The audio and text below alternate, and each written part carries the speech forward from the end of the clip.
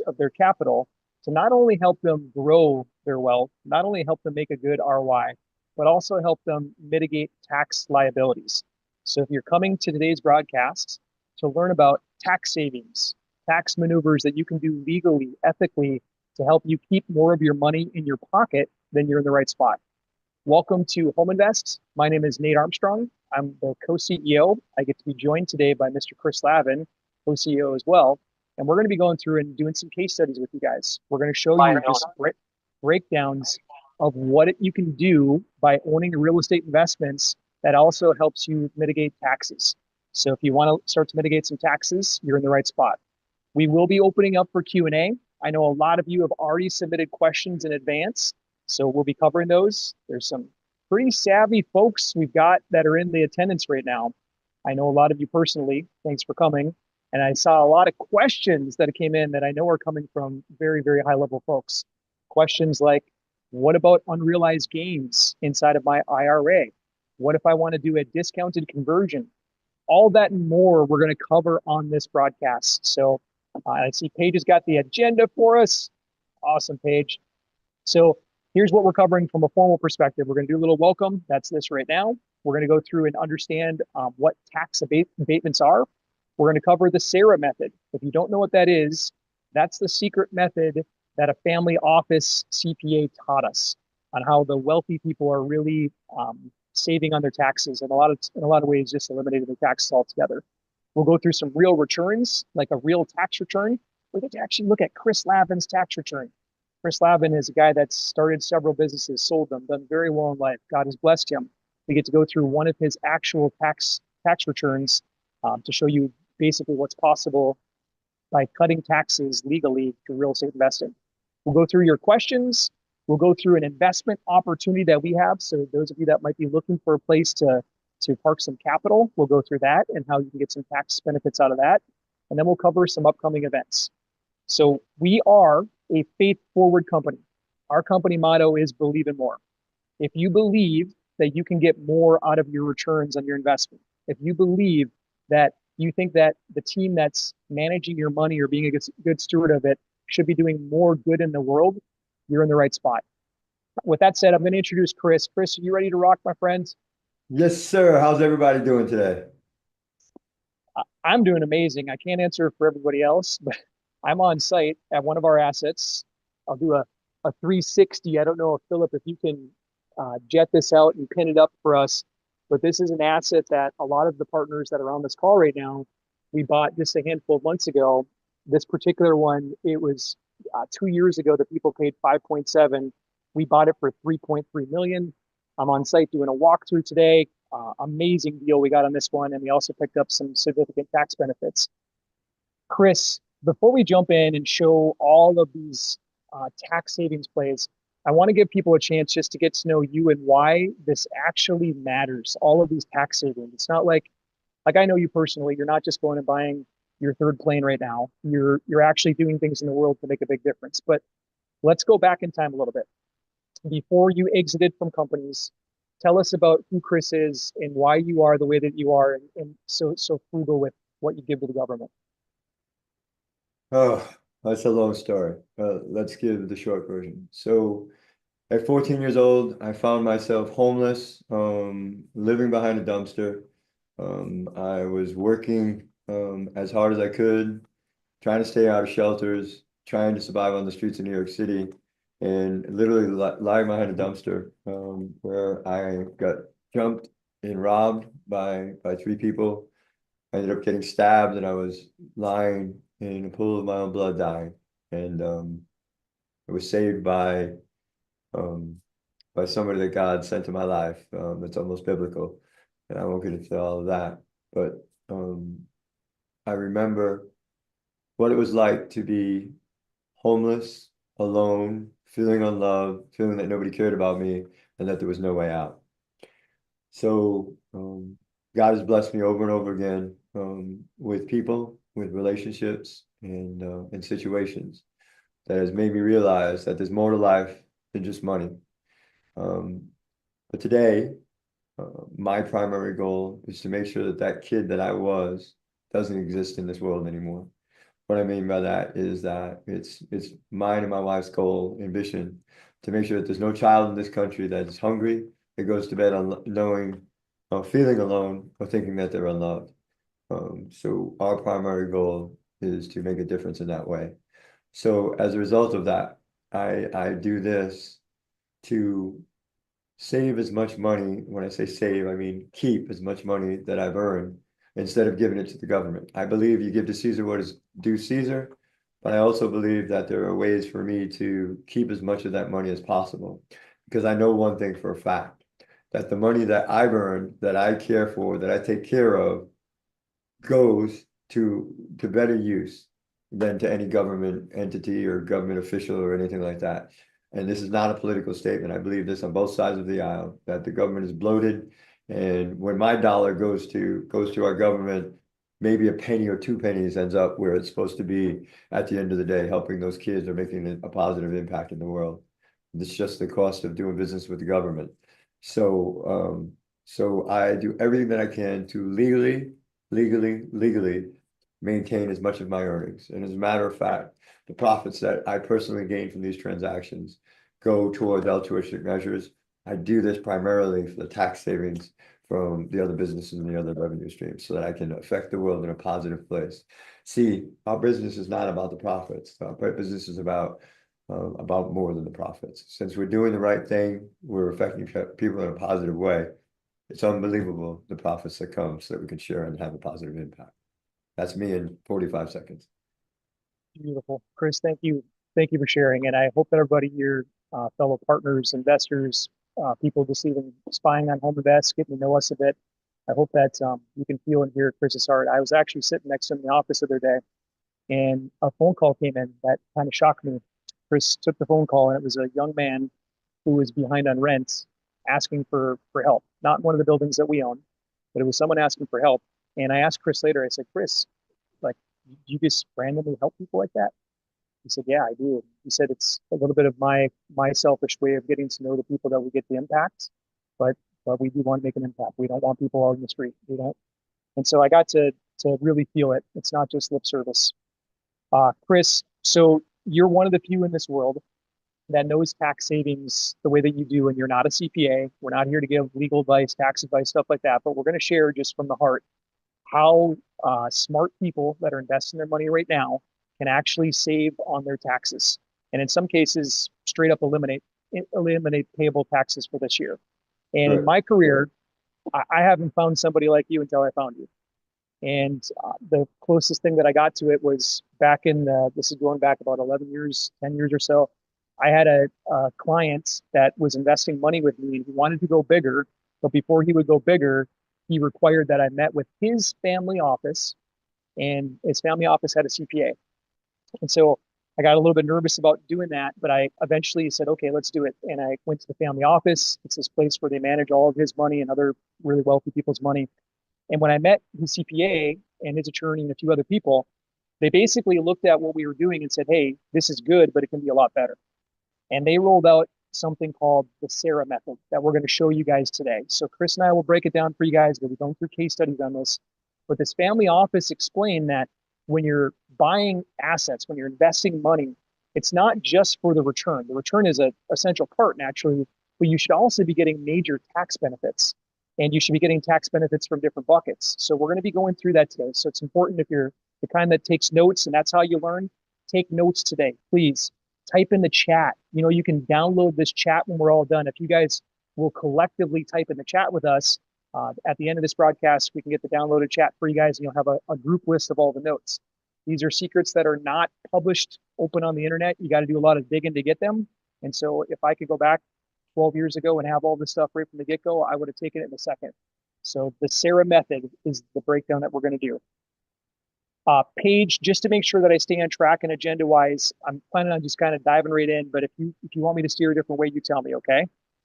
I like it. Let's go right into the Sarah method. Cool. Okay, so the S, this stands for secret savings account. When I sat in the family office that day, the CPA said, hey, Nate, that's great that you're doing real estate for just the ROI, but really you need to think about these 4 components. I said, okay, so tell me what you need. He said, number 1, you have to make sure that you're taking out long-term fixed debt on every opportunity. I said, okay, I get it, but help me understand why that plays into this conversation. He said, because Nate, when your tenants are paying you every single month and you're turning around and paying the bank, you're actually paying two parts. You're paying principal and interest, principal and interest. And the more principal you pay down, you're actually stacking up a secret savings account. Think about it. The building that I'm sitting in right now, we paid $3.3 million for this property. We do have a loan on it, somewhere around $2 million. Every single month when the tenants that live in this property pay the rent, we're turning around and paying the bank. And at a certain point, the principal will start to come down. As it comes down, we can use that principal later to buy more assets. We can actually harvest the principal. We can take it out and go buy another building just like this. This is a beautiful, beautiful property. I'll show it to you a little bit later in this broadcast, but we can do that because of this principle. Now I'm going to circle back around to that, but I had to plant that foundation first. The next one that we're going to go into, I'm going to throw the ball at Chris because he knows it so well. It's accelerated depreciation. Chris, how does accelerated depreciation work? What is it? Can you demystify it for us? It works well. Thank God for that. What accelerated appreciation is, and I'm talking specifically in the real estate world, it applies in different ways in other aspects of business. But accelerated appreciation is this: since the Job and Tax Act of 2017, and it was actually prior to 1987 too, most people aren't aware of that, but since the Job and Tax Act of 2017, what happens is this: if you buy a piece of property, you can take that piece of property, multifamily residential, and you can depreciate it over the course of 27 and a half years. What accelerated depreciation allows us to do is to take that 27 and a half years and knock that down a little bit. No, not a little bit, a lot. Some segments of the building can be depreciated in 15 years, some 7 and some 5. Anything that is not 27 and a half years, we can accelerate depreciation down into the 7 and the 5 and take that much faster. Do you want me to keep expanding on this and going to the spreadsheets, or you want me to just tease right now? No, we're going to do the whole thing because so the buttons and levers that Chris is about to push, you do not want to miss. Like, no joke, these things I didn't understand. I'm just going to say it in 10-year-old terms what you just said, because Chris, you're really smart, and guys like me, we need 10-year-old talk. So what Chris is saying is, you buy buildings like this, the government has this secret little thing that gives you deductions on your taxes. Straight up, you can take deductions on your taxes. Yes, it has to be structured the right way. No, you can't just like run into your CPA, the average Joe Blow, H&R Block tax preparer, and expect them to know this stuff. One of the questions that was submitted before this broadcast was, hey, if my CPA doesn't understand this, but I really like them, should I stick with them or should I get a new one? We'll answer that and more, but I just need you to understand that this stuff is available for every American citizen that files taxes in the United States. All right, Chris, it's yours. Fantastic. Can you bring up that spreadsheet for me, please, Paige? I don't think I have a spreadsheet for you, Chris. The link's over there on the right. Okay, yeah, sure I can. Beautiful. You can. I absolutely can. Thank you.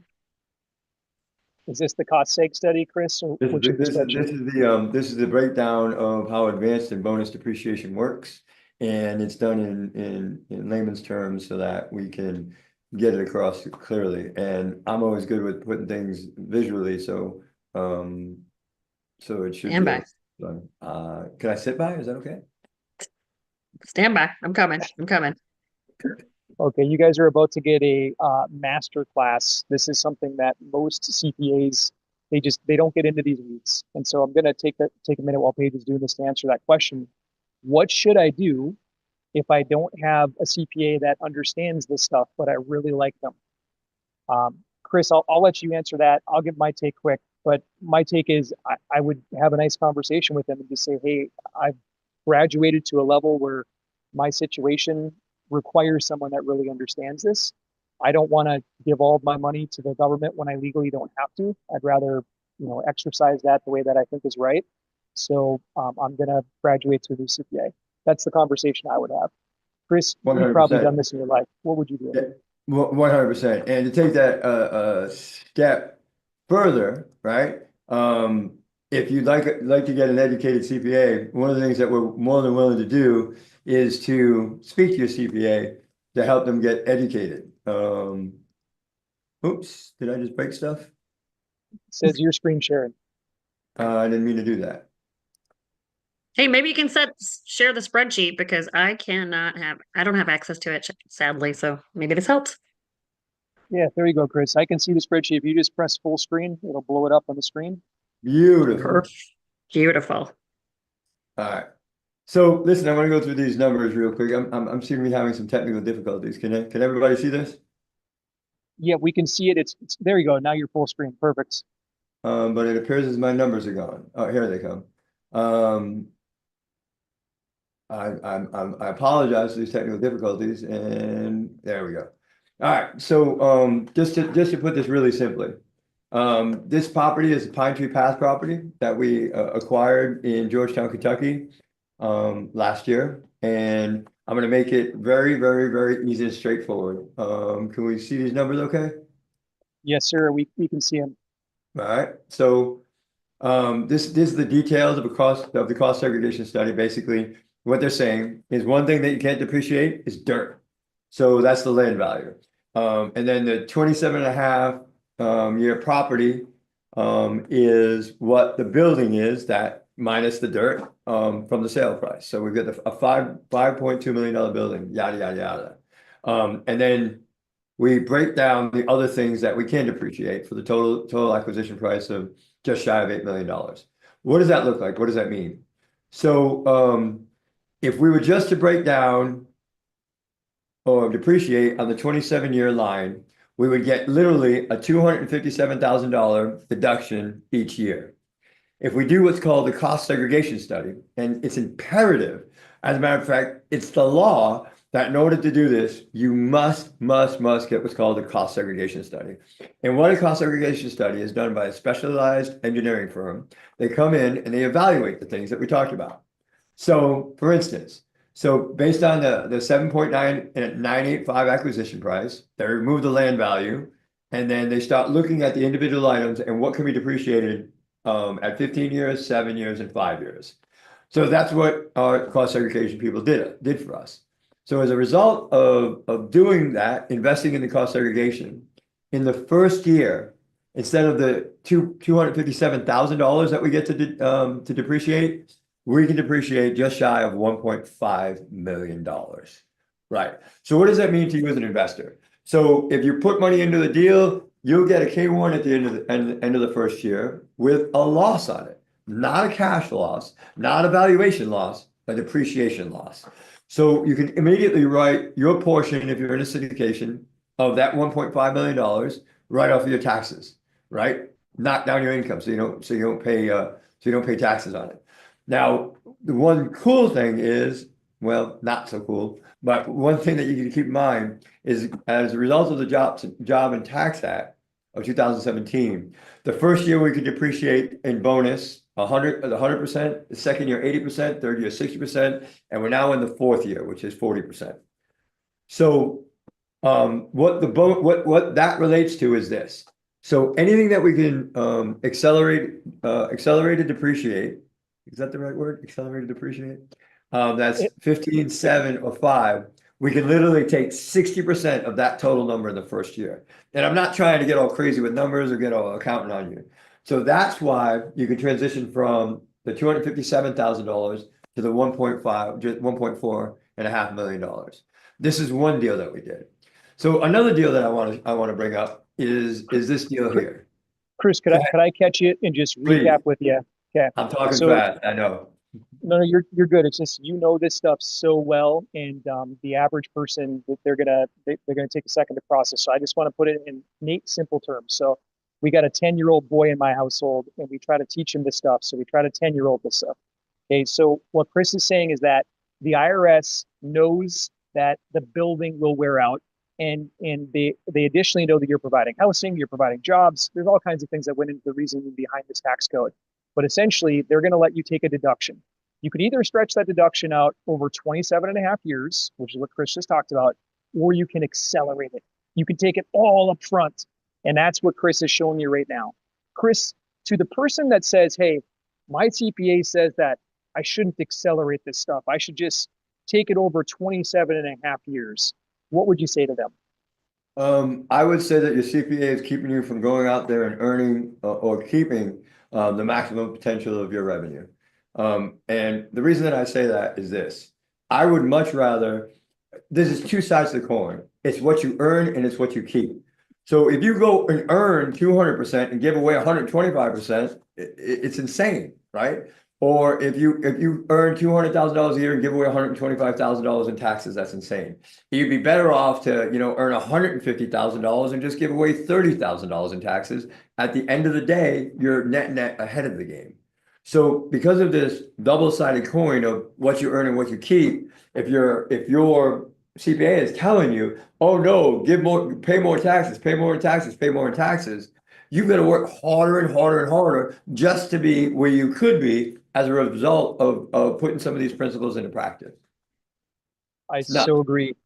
Yeah. And here's what we got to remember, everyone. Tax laws can change. Yes. We just had a major overhaul that Chris mentioned in 2017. This administration seems to want to double down on that. So that's going to be good for real estate investors. But who knows what 5 years from now looks like? And Yeah. so just the idea of not taking the tax benefit right now and try to take it in the future, that's crazy to me because you don't know if it will be there for you in the future. All right, Chris, let's keep going on Barksdale. Sorry. All right, so we'll jump over here to Barksdale. Now, initially, this deal doesn't look as great as the deal we were looking at previously, but there's reasons for that, right? So even though this cost segregation study and the numbers that I have down there don't look nearly as attractive, there's a reason for it. And that reason is that we bought the building so darn cheap, right? So if you buy a building way below market value, like we did here, the amount of taxes are not available because there's got to be a certain value of the building to depreciate in order to make that happen. So while yes, we're talking about taxes, I'd also like to brag a little bit because we've got this deal and it was such a beautiful deal, so cheap, we didn't quite get the tax deference that we wanted to. But that's okay. Remember I said there's two sides of that coin. This deal just happens to be so wonderful as a result of the ability for it to cash flow and give dividends in perpetuity. So I'm trying to show both sides of the coin here. With the top deal where we have to save, where we get a whole bunch of tax savings, and then this deal here at Barksdale, where it was such a great deal that we're going to get a whole bunch of revenue as a result of that. So remember, one thing that is always critical in these formulas is that land value dirt never depreciates. So because the land value maintains the land value, no matter what the sale price of the building is, we have that spot and the total sale price. The gap in between is all that we have to depreciate. And if you take that way down because we got a great deal, you've got very little to depreciate. So while it doesn't look great from the tax perspective, as a result of that great deal, the reality is this deal is an amazing cash flowing deal that's going to provide revenue to our investors in perpetuity. So again, it applies, but not nearly as attractive as the other ones, but yet we still get a significant amount of tax breaks for our investors. So that's both sides of the coins with that scenario. And I don't want to bore you anymore with numbers because I'm terrible at relating this stuff without getting really excited and talking really fast. This exciting part for you, Chris, is the part that most people overlook in life, and then they consequently give away more money to the government, but they don't have to. So let's keep moving. So Paige, we're going to go over to, so we covered S, we covered A, let's go to the R. And the R stands for repair versus replace. So when I sat in that room that day at the family office, the CPA kept going down the line and he said, Nate, hey, when you're doing your renovations, it's very important that at the end of each renovation, when you get that invoice, I need you to go through it and highlight the repairs and don't worry about the replaces, but I need every single repair highlighted. And I'm like, why does that matter? He said, because most CPAs, they never actually distinguish a repair versus a replace, and they're missing a major deduction. Like, what do you mean? What are you talking about? I'm going to put it in real terms. I'm standing right now in our asset. This is beautiful property in Memphis, Tennessee. It's in the Midtown district. Beautiful, beautiful area. This is the loft upstairs. Okay. When we come into a building like this, we've got units downstairs that are going through renovation right now. I just got done meeting the contractor and the property manager on site. And one of the things that we're doing is we're scoping it out in a very tax friendly way. What do I mean by that? I mean, when you go in and do a repair, you can deduct it this calendar year. A replace needs to be stretched out over a longer period of time. Replace Uh-oh.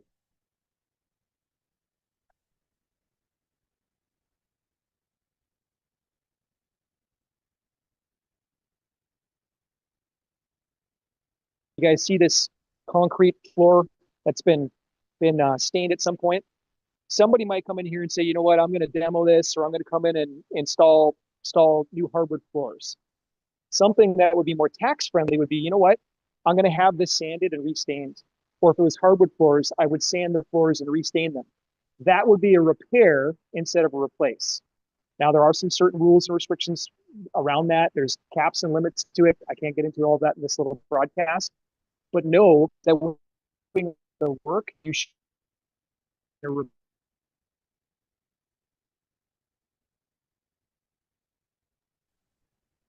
Team, it sounds like we're losing Nate a little bit on the audio. Yes. He must walk away from the Wi-Fi. His phone must be on Wi-Fi. Mm-hmm.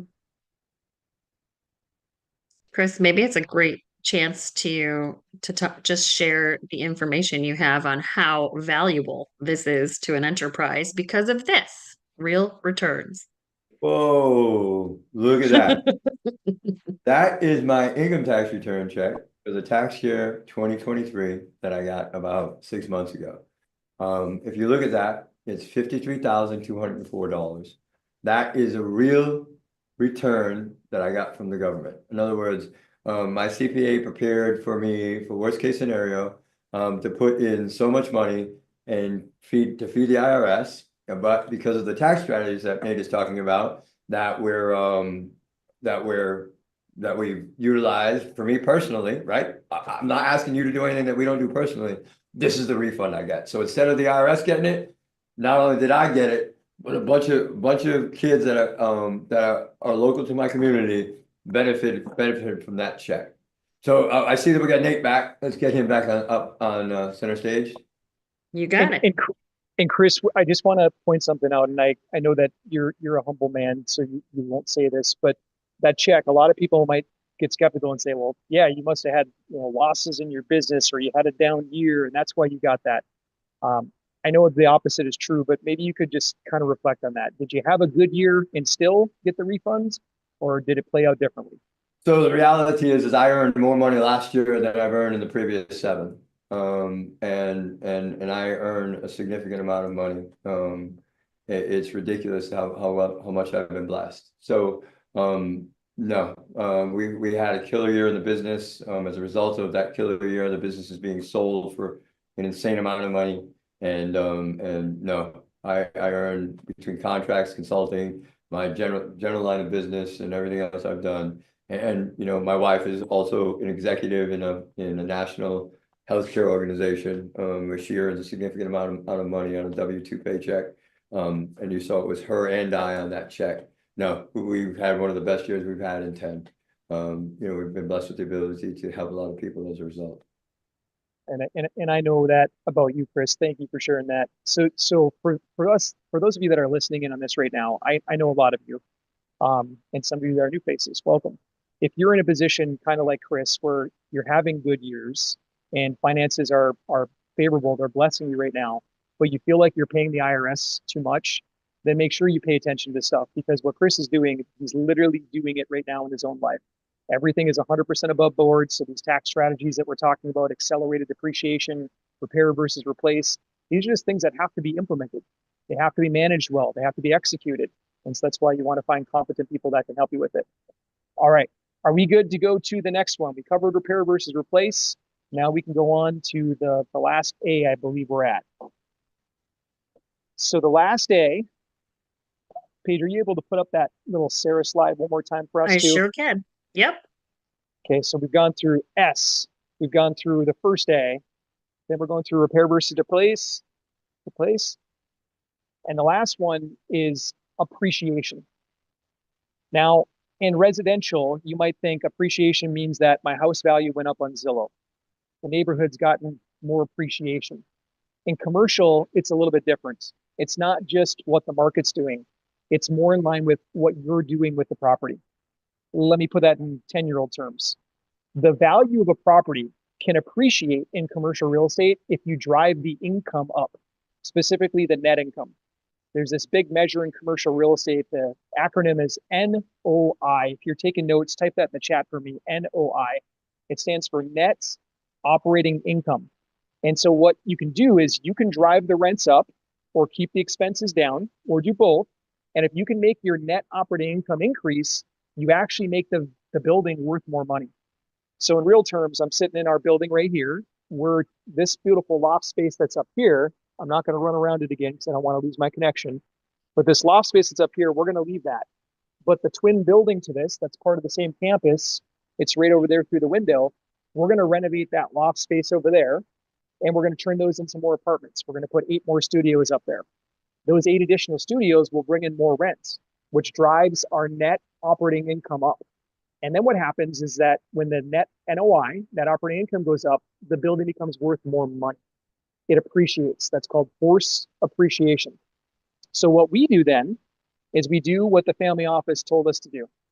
That day in that office 10, 11 years ago, he said, Nate, when you get appreciation, when you force appreciate, now what you're going to do is you're going to go to a bank when interest rates are at the right time, when they're nice and low, and you're going to refinance. I'm like, what do you mean? He said, well, just go into the bank, get a new loan on it at the new valuation, pull out the original money, give that back to your investors, take the difference of whatever's left and go buy another property. And if you'll follow along with me, if we go back to that first S, that secret savings account, remember paying down the principal and then force appreciating, bring the value up.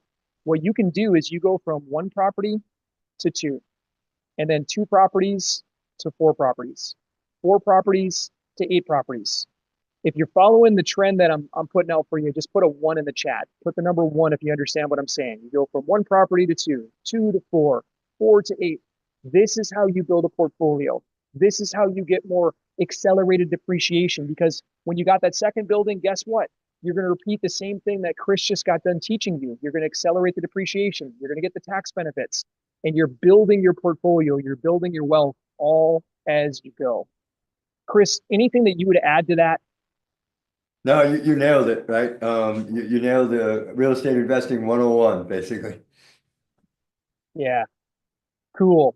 So, Rob, we're going to go over to questions. So if you've got questions that you guys want to get covered, we've got some that were pre-sent in already. Thank you guys for sending those. We'll answer those, and we'll answer any more that we can see that if you're on the live stream. By the way, if you're following us on social media, you can type them in the comments too. Our team is watching. We'll do the best that we can to get those answered. If we don't do it live, we'll definitely get them answered afterwards. So anytime you got a question, you can go ahead and type it in the chat. All right, first one. What tax changes are expected from the new administration that just got into office? Chris, what do you think, man? So listen, one thing I know about even the most altruistic people in the world is that at some level, when they can do something to benefit themselves and have a positive impact, that's the path they're going to take. What do I mean by that? What is President Trump's primary business? His primary source of revenue is real estate. He's the one that implemented the accelerated depreciation and the bonus depreciation to begin with. I am certainly sure that because it's to his benefit, he will do it again. So this new administration, in the least, I believe, is going to be very, very kind and nice to us real estate investors, because it's all while he's helping us, helping the American people. Because remember, you start buying property and things start moving, the economy gets stimulated. It's also helping himself at the same time. So that's my thoughts, that's my prediction, and I just put my crystal ball away, so I'm relatively certain it's right. I think your crystal ball is accurate. They've publicly said it. If you want to hear Trump in his own words, Google search New York Economic Club speech. He gave it right before the election. It was about 2, maybe 3 weeks before the election. He point blank told everybody in the room, he said, we are going to make the Tax Cuts and Jobs Act of 2017 permanent. That's big number 1 on his economic agenda. So we expect that we're going to see more of that. which benefits all of us that are investing into real estate. And it's even bigger than that. It's businesses in general. Like it pays to be a business owner or a real estate owner during this administration by a long shot. Uh, any other crystal ball predictions that you throw out there, Chris, on tax reform or anything like that? I got Magic 8 Ball predictions, but no. With crystal No. ball predictions, the only thing that I know for certain is that we're gonna see a little bit of change in the way that the American government or the US government collects its revenues, and that's through tariffs. And I'm very happy for that. Because if we get more money from tariffs, less money on our income tax, but that's another subject altogether. Yeah, I'll comment on that. I'll raise my hand. So Go when you ahead. guys, when you hear the big bad word tariff, at least it was a bad word for a while, maybe it still is, don't be afraid of it. Look in history. If you go back to how this country funded its government in its early days, its first 100 years plus, it was all tariffs. Remember, the only reason that United States is a nation and it's not owned by United Kingdom is because United States citizens, well, before it was called the United States, got mad at the British government. Remember the Boston Tea Party? It was over tax. And so we severed taxes in this country. We got rid of them completely. When we formed the nation, there was no income tax whatsoever. All they did is they taxed incoming goods. People wanted to sell stuff to us, they put a tariff on it. And so when we hear about this big bad tariff word, really it's just returning to what the roots of the country were. And so I'm a fan of it. Chris and I and our team, we have some industrial assets in manufacturing that are doing really well because of tariffs. Every time the T word gets mentioned, we get more orders in our manufacturing facilities. So the T word is not a bad word anymore. It actually can be a good word for us. Okay, next question. We kind of covered this one a little bit earlier. I'll just see, Chris, if you got any more you wanted to add to it. But if your CPA just isn't clicking and they're not on board, Chris, you told us earlier it's time to talk to maybe a referral. You might give them one. Yeah, either that or if I would take a couple of steps, right? So I'm assuming that he's been a great accountant. Otherwise, you can teach an old dog new tricks. I have found time and time again. And again, I am not an accountant. I'm not an attorney. I do not give financial advice. All I can share is my experience and what has happened to me. So if I can get on the phone with your CPA, run him through this, refer him to the tax code where all this exists, he doesn't really have much argument after that to implement these things for your benefit. At that point, if the guy just doesn't want to listen, I'm afraid sometimes it's painful and scary because it's change. It's time to find somebody that's more willing to do that and not working for the IRS, but working for you. Chris, another question came in. Can you use a CPA from a different states? This is from Lori. Absolutely, 100%. The CPA is national when you're dealing with your federal returns. You may want to get somebody local that's more familiar with your local returns, but I'm here to tell you that the CPAs have a piece of software that keeps them comfortable with each state, and they get licensed in the state that you're in. They should be competent in that arena. Awesome. And then Lori had a follow-up is, can we give a referral? And Lori, yes, we absolutely can. We're going to put, maybe we could do that now, team. If you could drop the link for our team, what's going to happen is we're going to put a link in the chat. If you want to jump on a line with one of our team members and talk to us about what we're doing investing wise or some of these tax strategies, you can use that link to do that. And then just ask our team for our CPA referral. We're happy to get that over to you. We've referred hundreds of people to the folks that we work with, and they're good. Cool. And it looks like they just put the link there too. Thank you. All right. Next question. What is a discounted Roth conversion? I can answer that question. I'll sign up for this one. So it works like this. Let's just say that you have a traditional IRA. You started putting money in there. And now you're thinking, oh my goodness, I'm going to get taxed on that someday. I better convert that over to a Roth. The difference between traditional and Roth is this. Traditional is that you put money in and you stack it up. That's pre-tax money. A Roth is post-tax money. Slight difference in words, but huge difference in results. Okay. The reason people want to switch to a Roth is because if you believe that the government will increase taxes at some point in the future in your lifetime, if you believe that fundamentally, maybe it's the national debt that makes you think that, maybe it's Social Security, who knows what it is. But if you believe that at some point in the future, when you need to withdraw that money, taxes will be higher, then it's probably a good idea for you to consider switching from a traditional IRA to a Roth IRA. It's a conversion process. Now, there's a strategy to that conversion. I went through one of these myself. I started as a traditional, I switched to a Roth. There's certain times when your assets are worth more money and there's assets are worth less money. For example, on Monday this week, those of you that were holding a lot of stocks, you probably noticed that your stock account dipped down. That would be a time that your assets are discounted. The same thing can be true in real estate. You might have invested in a piece of real estate 2 years ago, and now for whatever reason, maybe it's because interest rates went up, insurance rates went up, for whatever reason, the NOI dropped on it, the net operating income. That would mean that the value would come down. When you have a dip in asset value, that can be a really good time to do a conversion. That's why it's called a discounted conversion. So a lot of people wait until they have a dip in asset value to do that, because then you pay less tax when you actually do the conversion. I hope I was able to put that in 10-year-old terms for everybody. If you got more follow-up on that, feel free to put it in the chat for us. Okay, next question that we have. Paige, could you throw back up that other, just the question slide? And those of you that have questions, if you want to type it in the chat, we'll make sure that we knock it out too. Can we address Jack's question before we move on? Please, yeah, you got it? Jack, you 100% can convert that to a Roth, but there's special considerations that need to be done. If you want to book a call, we'll point you in the right direction as to the people that can assist you with that. It's too deep of a subject to get into here broadly. Cool. I see Alejandro's question too, going back to secret savings account. Does this mean that you'd make extra principal payments? Alejandro, no, not necessarily. In fact, on most loans, it's not advantageous to do that, at least in our humble opinion.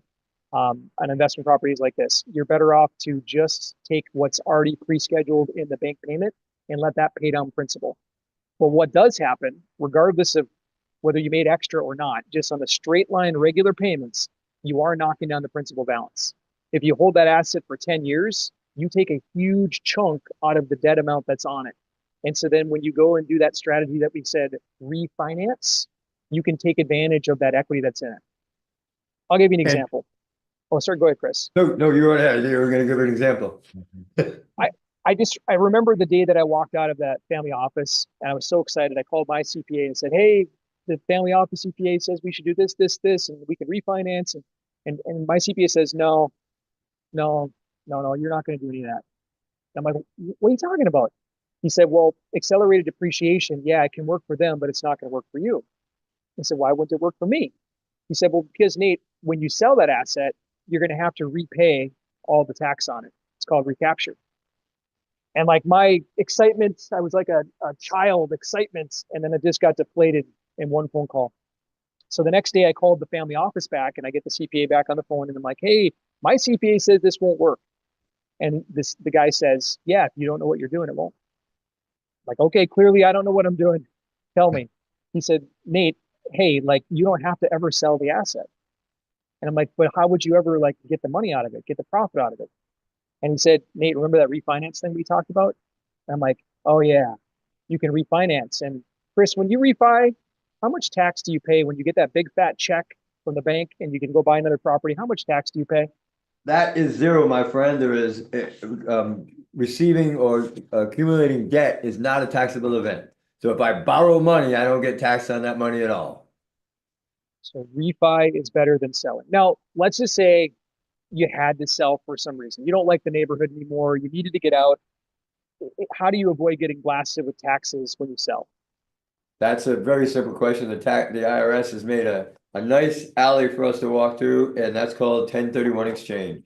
You take your money and put it into a new asset of similar type, excuse me, and then you don't get taxed. And if you do this right and you have concern for your family, you do that till the day you die. You just keep 1031 that money into the next deal, into the next deal, into the next deal. And then when you die, your tax basis gets set back to zero. So all of that money that you avoided taxes on, the IRS says, well, you're dead. We'll wipe all that out. And your heirs are not burdened with that recapture. It's gone. So your tax professional is going to call that a step up in basis. So for me, I got a 10-year-old boy. I got a couple of other ones behind him, a little younger. when I die, all the 1031s that I compile up in my life, all the taxes that I never paid, it's technically a deferral. I think of it as a forever tax decrease, but it's technically the deferral. The day that I die, all those properties, when I hand them over to my kids, the tax basis will reset. It'll reset, and my kids will not pay tax on that property. They'll pay tax on whatever they do with it in the future, but not on what I did with it in the past. All of Right. those things are gone. They're forgiven. Can I go back Cool. and address one more aspect of Alejandro's question? Yeah, please. Alejandro, one thing that I want to make really clear, and one of the reasons that we don't pay down the principal faster than we have to for all intent and purposes is this. For every $3 I have in my checking account, I can buy $10 worth of real estate with leverage. So cash is my operating king. So the more cash I have to make that happen, I roll it into another deal, and then another deal, and then another deal. So while I'm increasing the value of that savings account, I'm also doing it wisely and balancing that with other financial decisions I'm making, as well as prudent decisions I'm making for my financial freedom and my financial future. I love this. We got a Did you smart check? group here. You got a smart group because you have Selena, who was just asking you a question too. Yeah, does the tax basis reset once a spouse dies? That's a valid question. Unfortunately, I don't know exactly what happens. I don't remember if it's split as a joint asset or not. I would have to do some research and get back to you on that. Great question. Great question. And remember, guys, we're not the CPA. Nope. We're not giving tax or legal advice here. This is just our experience. This is what we're doing with us and our clients. So anytime we don't know the answer, we're going to be straight with you. So great question. I'm going to back up Jack, Alaska. Hi, Jack. How you doing, man? Jack says, this is a comment he was saying, hey, not only when you do the refinance, do you not pay taxes, but you can actually deduct the interest that you pay. We got a good group here. Yeah, buddy. All right. Paige, what's our next question that we got on the list? Here you go, Nate and team. How can you maximize your ROD conversion? You guys talked about that, but maybe the management of the accelerated depreciation in your portfolio. Have a Cool. couple So- ideas for you guys on that. All here. right. Okay. Chris, do you want to bite on this one? How do we manage the time for disposition with the balance of accelerated depreciation? How do I manage roll forward of accelerated depreciation when it's time to sell your investment portfolio?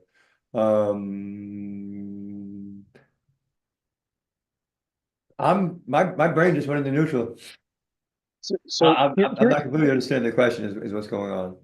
Yeah, so I'm going to put it in 10-year-old terms. So we've been accelerating the depreciation on Barksdale, Pine Tree Path, all these assets that we're showing. Yep. How do we know when the right time to sell is? Would accelerated depreciation play a factor in that decision, or does it not? In my humble opinion, it does not. And the reason for that is the other strategies that we utilize as part of these processes, so that we have a big picture plan. In other words, we were just talking about the 1031 exchange and other ways for us to offset those recaptures.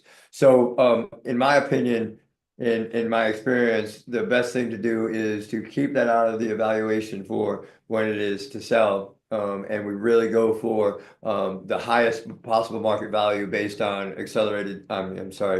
forced depreciation and proper management of the asset. Because I'd much rather be in a position to have a whole bunch of money and worry about how to pay the taxes on it than to sell an asset at a discount to accommodate for previous tax decisions. It just doesn't make sense. Again, in that situation or that scenario, cash is king, and the value of that asset is really is the cash. And if you're ever back where you have to make that decision, we go back to your Sauer method, where we just refinance to pull that cash out to make do whatever situation we were dealing with emergently.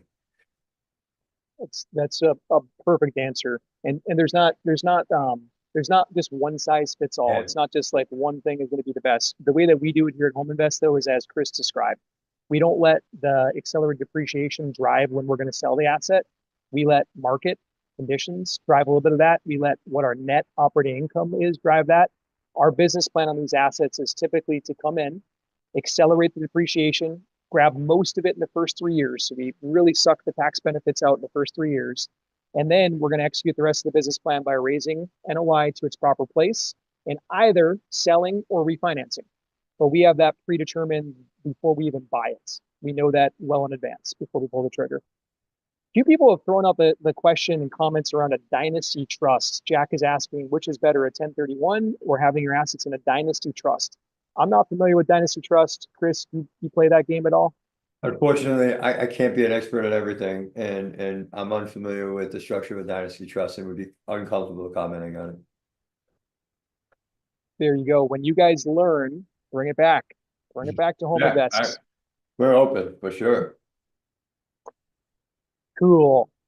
What's our next question? Unrealized gains. Okay, let's first talk about what an unrealized gain is. This made national headlines about 4 or 5 months ago when Kamala Harris said that her new proposal on taxes would be to tax unrealized gains. Think of it like this. I'm a farmer, okay? I'm not really a farmer, but if I was a farmer and I was going to go and plant a bunch of avocado trees, let's just say I planted the seeds for them. Avocado trees take what, 6, 7 years before they actually start producing avocados. What an unrealized gain tax would say is, hey, you planted those seeds. We know they're going to grow and it's going to be worth a lot of money. Even though you're not harvesting avocados today and selling avocados today, we know you're going to, so we're going to tax you on that. That's an unrealized gain. Some of you guys might have Apple stock that you bought 10 years ago at, let's just say it's 100, 200 bucks a share or whatever it was then. And today it's up to 300 per share, but you haven't sold it yet. So that would be technically called an unrealized gain. So the question here is, what are the implications on my unrealized gains? Chris, any thoughts on this? For us in real estate, we don't. My only thought Right. is, and this is not even a political statement, it'll never fly. No, they'll never be able to pass a law that says that we've got to pay unrealized gains on stuff that we don't have, or cash that we don't have at this point, in the scenarios where you described. And, you know, even if Kamala had gotten into office, there's enough people around her with common sense that can show how this can destroy the small mom and pop family business. It's insane. I buy inventory, the inventory is sitting on my shelf. And because that inventory would be worth more when I sold it, I got to pay taxes on it this year and I don't have the money. I mean, you know, that doesn't even make sense. The little bodega on the corner, or the little mechanic shop where the guy, you know, has stuff stacked up. It just doesn't fly. They're trying to target, it was hyperbole and hype around how to get more money out of rich people to help finance the poor people. But the reality is, implementing those kind of laws just won't work. Yeah. And for us in real estate, specifically, we don't really have situations where unrealized gains could come in. Where it could pop up, if you personally are doing one of those conversions, Yes. maybe you're invested into some kind of business that the business hasn't paid out the gains yet. I just got done reading a case study about somebody who invested into a business overseas, and that business wasn't paying dividends. They were holding them, and then the IRS ended up hitting them for those gains either way. We don't do that in our real estate deals. Our real estate deals, we pay. Like if rent's coming in, we're kicking out distributions. We're not holding stuff back. Like, so it's not applicable for what our line of business is, at least. Oh, cool. I think we had one more question pop in the chat, and if I'm missing, oh, this is the Dynasty Trust explanation from Bruce. See, we got an amazing group here. You guys are good. I like It works this. both ways. Teach us as much as we can teach you. Yeah, I love it. The choice between a dynasty trust and a 1031 depends on your specific situation. That's natural. Dynasty trusts are more appropriate for estate planning and intergenerational wealth transfer, while 1031s are focused on tax deferral. Cool. We're going to need to get the book on dynasty trust before we can fully comment on that. Paige, I believe at this point I'm going to give people an opportunity to connect with us and talk about maybe a potential investment opportunity. Is there anything else you'd like Chris and I to hit before that? No, I just wanted to close out you guys with letting people know what is ahead on the webinars, and if there's any key investment opportunities you want to bring up, I do have Brinkman here for you as well. Cool. Let's talk about the events and then we'll hit Brinkman. Okay, cool. Let me share that to you guys right now. I was just looking up my Dynasty Trust stuff you see here. It was so interesting to share that with you. So let me just share my screen so I can get that Hey, book and tell you about the events. if you guys got an ounce of knowledge today, some golden nuggets, can you put the word Paige in the chat for me? Paige works so hard with the team. She's got a whole team of people behind this, all these events, anything and everything that you're seeing that's being produced out there. It's Paige. She's making it all happen. Look at this page. Mark says it. Thanks, Lori says it. guys. You guys are so fantastic. Love you to bits. Love you to bits. Let me just pull up my information for you. Unfortunately, I was clicking around. So thank you so much for the love. I need it. Some days you Pa- more than others, you guys, but I hope you did learn something. The team is quite accelerated on their knowledge. So let me just show you events because I want to make sure, team, that you have a chance to get into these things that are important to accelerate your investment and portfolio wealth. The first one that I think is really important is if you are not part of our what we lovingly call the investor deal pipeline call. I'm going to show that for you now. You should be, because that is where we come out with all of our new deals, what we're thinking about in terms of trends, market trends, good investments for you. So we show that to you. So that I'm just highlighting that here for you guys in yellow. That is next Friday. If you're not part of that call, don't worry, you have time. Register now. It's going to be at 2 p.m. Eastern on Friday. It is once a month on the first Fridays.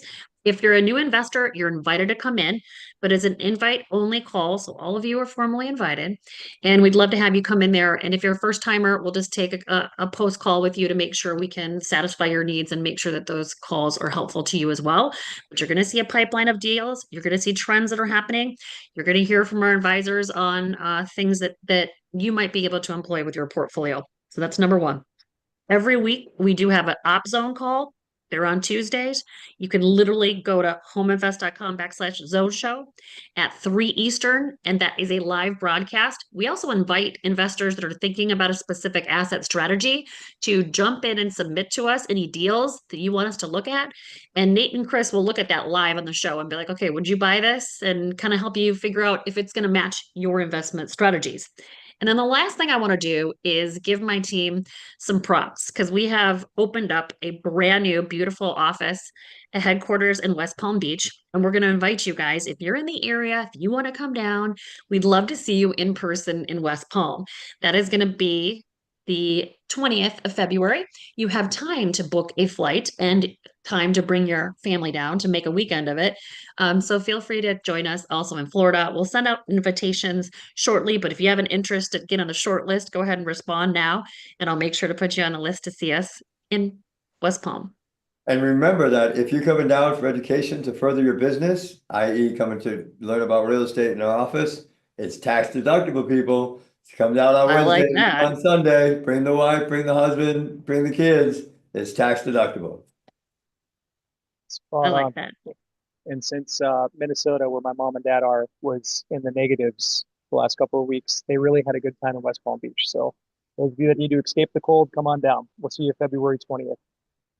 Hey, last thing I'm going to do here, guys, appreciate your attention and all the great questions. If you're looking for an investment opportunity, we're pretty much sold out on almost everything that we have right now. We've only got a couple spots left on this particular asset. This is an industrial asset right here. All of our multifamily is fully subscribed. Like literally, we couldn't take your money if we wanted to on a multifamily. The next one we have, we'll definitely let you guys know. What we've got right now is a few spots left in this one. This is an industrial asset. It's a manufacturing facility. We have a fund that's been purchasing manufacturing facilities for the last few years. This particular one has Department of Defense certification, which makes it kind of a gold mine in the industry of manufacturing, especially with this administration kind of ramping things up. It's been around for 100+ years making stuff. Like literally, you can look at the P&L for it like I have, and you'd be pretty impressed. If you'd like to consider becoming a partner on this deal with us or a lender, we have an option where you could come in, you could make 10% and get an 18-month commitment with us and start getting checks sent to you every single month for the next 18 months. Our team that you see on the screen right here, Doug, Sue, and Dan, these guys are all professionals, like top notch, invested their own personal money in these deals. They know us back and forth intimately. They're not like a hardcore sales closer just trying to push you to do something you don't want to do. Our team really cares. We don't want a dollar from you or from anybody unless we know there's a good fit. If you want to get to know us, the next step would be to book a call. So that link you see in the chat, homeinvest.com/book, that's how you jump on the phone with us and chat with one of our team members, and let's get to know one another and build a relationship. With that said, I'll say, Chris, anything you want to close with, or Paige, that we missed?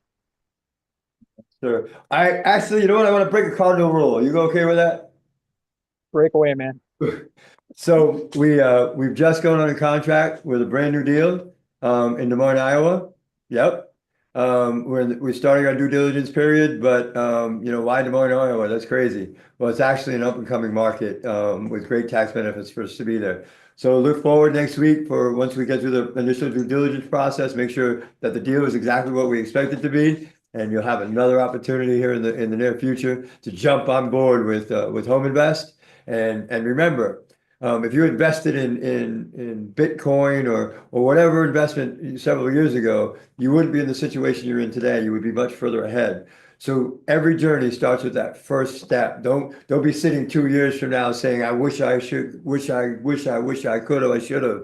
Please, whatever it is, take that first step in making your money work for you so that you have a better financial future, for both you and your family. But the reality is you have to start.